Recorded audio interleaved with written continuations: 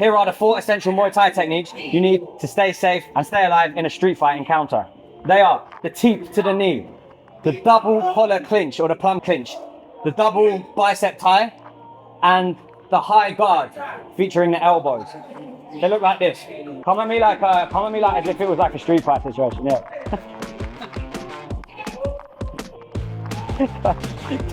My first street fight.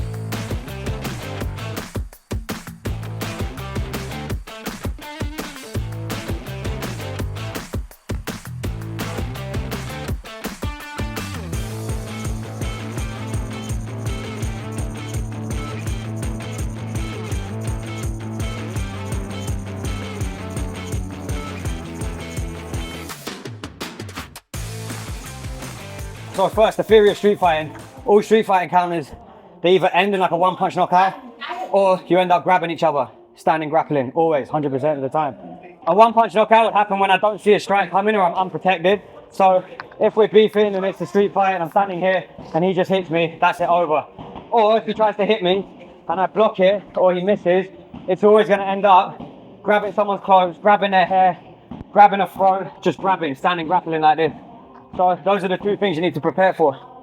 So step 1, when someone's squaring up at you, literally just step back. Your first step back is going to save your life most of the time.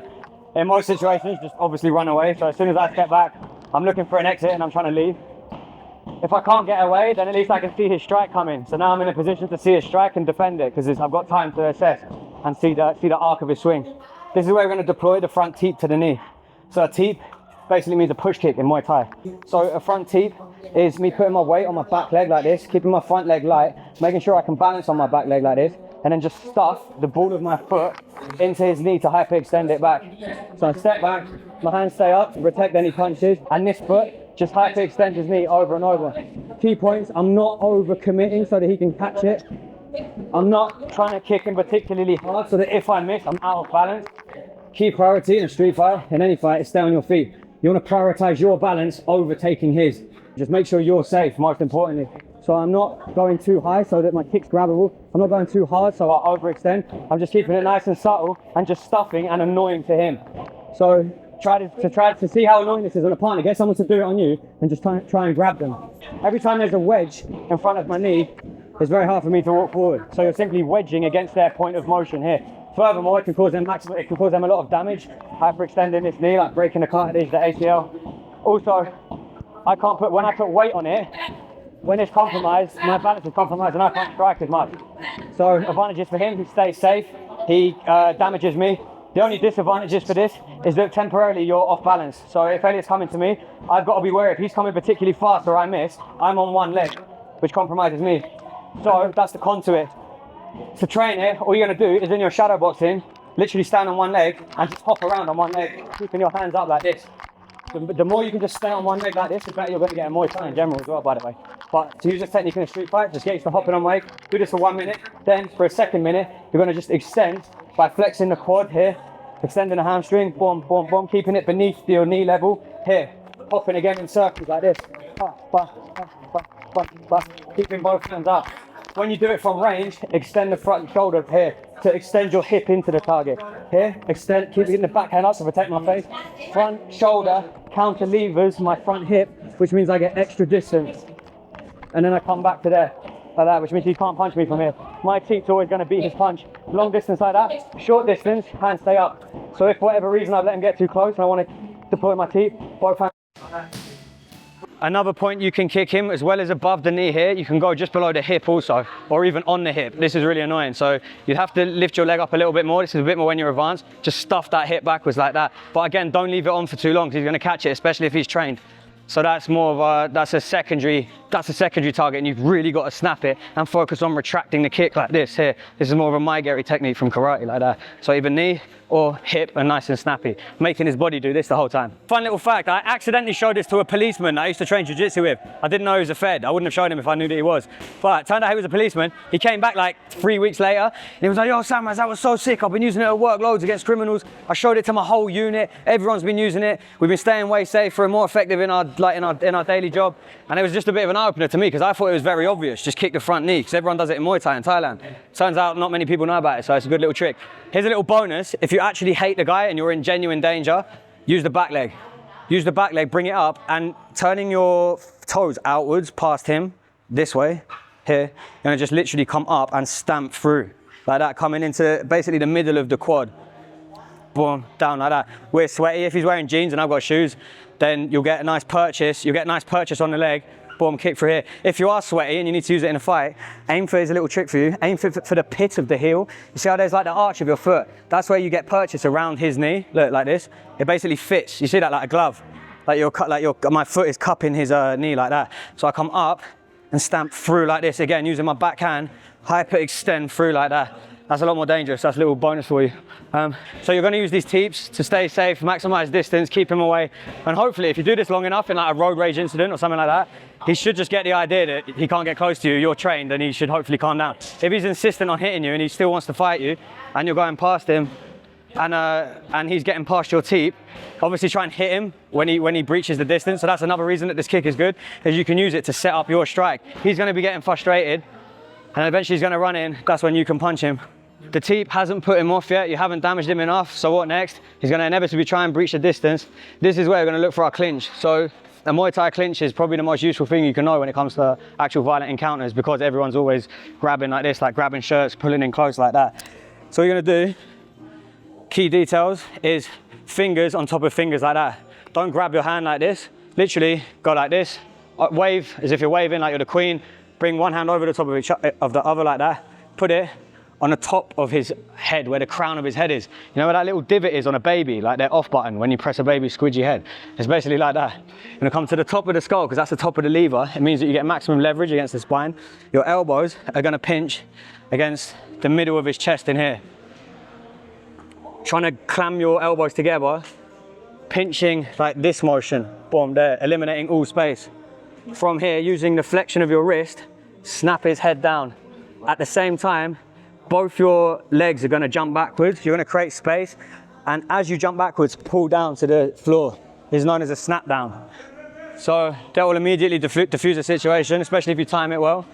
By timing, I mean how effectively you can jump back and pull him to the floor. As soon as you get both his hands to the floor, just leave or kick him in the face if you have to. I'm not inciting violence. Don't actually kick him in the face unless you really have to. Generally, it's not going to be as easy as him letting him do it that. So as he starts grabbing me, this is what's known as pummeling. Both your hands need to go on the inside of his elbows, and you just shoot into this position. People aren't going to let you just grab them in the head and pull them to the floor. So what Ellie's going to do, if he's not trained, he's not going to know what the f***'s happening, and you actually pull this off quite easily. This is why it's a really good beginner trick. Just grab the back of the head, make sure you pinch your elbows in, top of the head like that, finger on top of the finger, and just as your hips go back, you pull. Back, like that. If he knows what he's doing, he's going to be trying to grab me as well. He's going to be trying to push my face. He's even going to be doing the same thing to me. This is where it's important you get what's called inside position.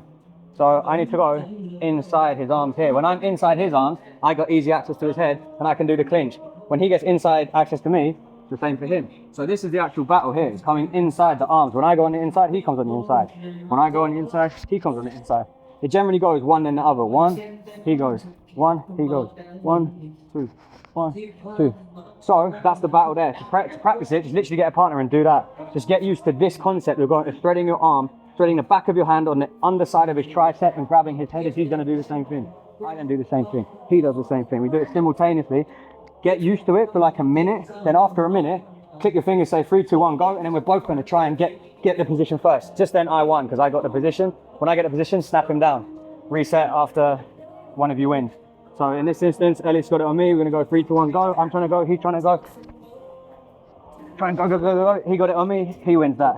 You see what I'm saying? So you're going to see it's actually quite hard to do when you're both resisting. So the more you practice this ability to thread your hands on the inside, quickly time the position and snap it down, the better you're going to be using the clinch in a street fight. Second position in terms of the clinch is what's called double bicep control. This is where you can do the same sort of principle with using your hands to control an opposition.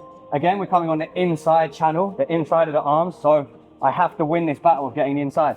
Instead of coming to the head here, all I'm going to do is swim my backs of my hands underneath and grab his triceps like this. As I grab his triceps, I'm going to rotate my elbows outwards to the ceiling. So I'm grabbing a tricep and rotating out like that, like a swan. That's going to compromise his shoulders and expose his ribs like this. So I have control here, he doesn't have much control on me. My outside of my wrist, my radial ulnar bone there, is going to go on the underside of his elbow. There's a pressure point here, that's where you're going to aim for, like that. This is where I've got good leverage. So my fingers go on the top side of his elbow here. My wrist goes on the inside of his elbow here. Wrist here, like that. Fingers here, like that, you see? Boom, rotating out, revving it like a bike. You know, like you're revving a motorbike.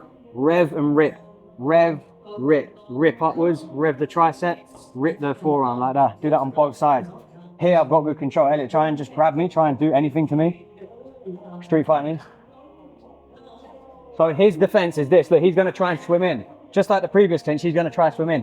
All I do is just simply re-pummel, like that. Anytime he gets in, I come in. And this becomes the battle, just like before with the head control. So go, keep going. So to drill it, this is how you're going to drill it. You both go on top of each other. You both grab each other's arms, sorry. And you're going to swim underneath. Try and battle each other and get this position. To stuff it and stop him getting in, all I do, look, I rev again, whip up as I push my elbow past his elbow. Now try and get underneath. You see that? I'm using my elbow here to defend his ability to defend himself. I'm countering his defense. Go on the other side. See, so I follow him in like that the whole time. So I'm doing this motion like this. That's what's stopping him from getting underneath me, and I'm controlling him. One more time. Boom, here, see? And I can come further up his elbow as well. The more he tries to come in, look, I go further up his arm and stuff like that. No way he can get in there, yeah? And then in terms of, obviously, street protection, if I can't punch him, what can I do? What do you reckon? Yeah, headbutt, exactly. I'm not even going to try and kick him at this point. In terms of street fight, look at my position. He's so busy trying to work out what's going on. All I do is literally just squat my weight a little bit, load up my legs like pistons, boom, head straight into his nose. Boom, boom, boom, just over and over again. He's obviously going to let go of my hands if I've been headbutting him, but in which case I can just leave, run away. Or, as soon as he lets go, well, come into the head, snap it down.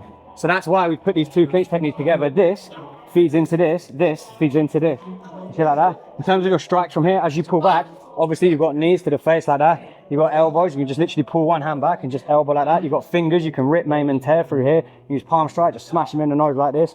Or again, you can headbutt again. Here, bang, bang, bang.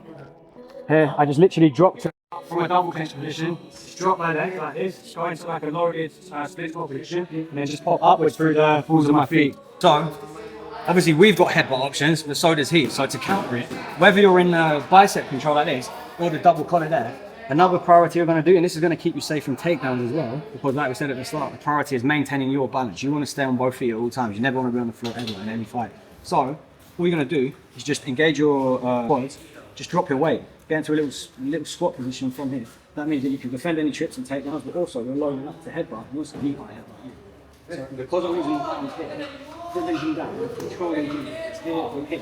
He can't really need me from here. If he tries to strike me, I've got my elbows here. He can try and hit me in the stomach, but he's far away, try and knee me. Anytime you compromise someone's spine, they can't get leverage. Right, so even if he tries to touch me, it's not really good. I don't mind that. You see what I mean? And my back. So I'm using this frame here to defend myself, control him, and snap him down with big power from my own shoulder. So you protect yourself and load up your own strike. Technique number 3 is what's called a high guard in Muay Thai, where your elbows are in line with your shoulders here.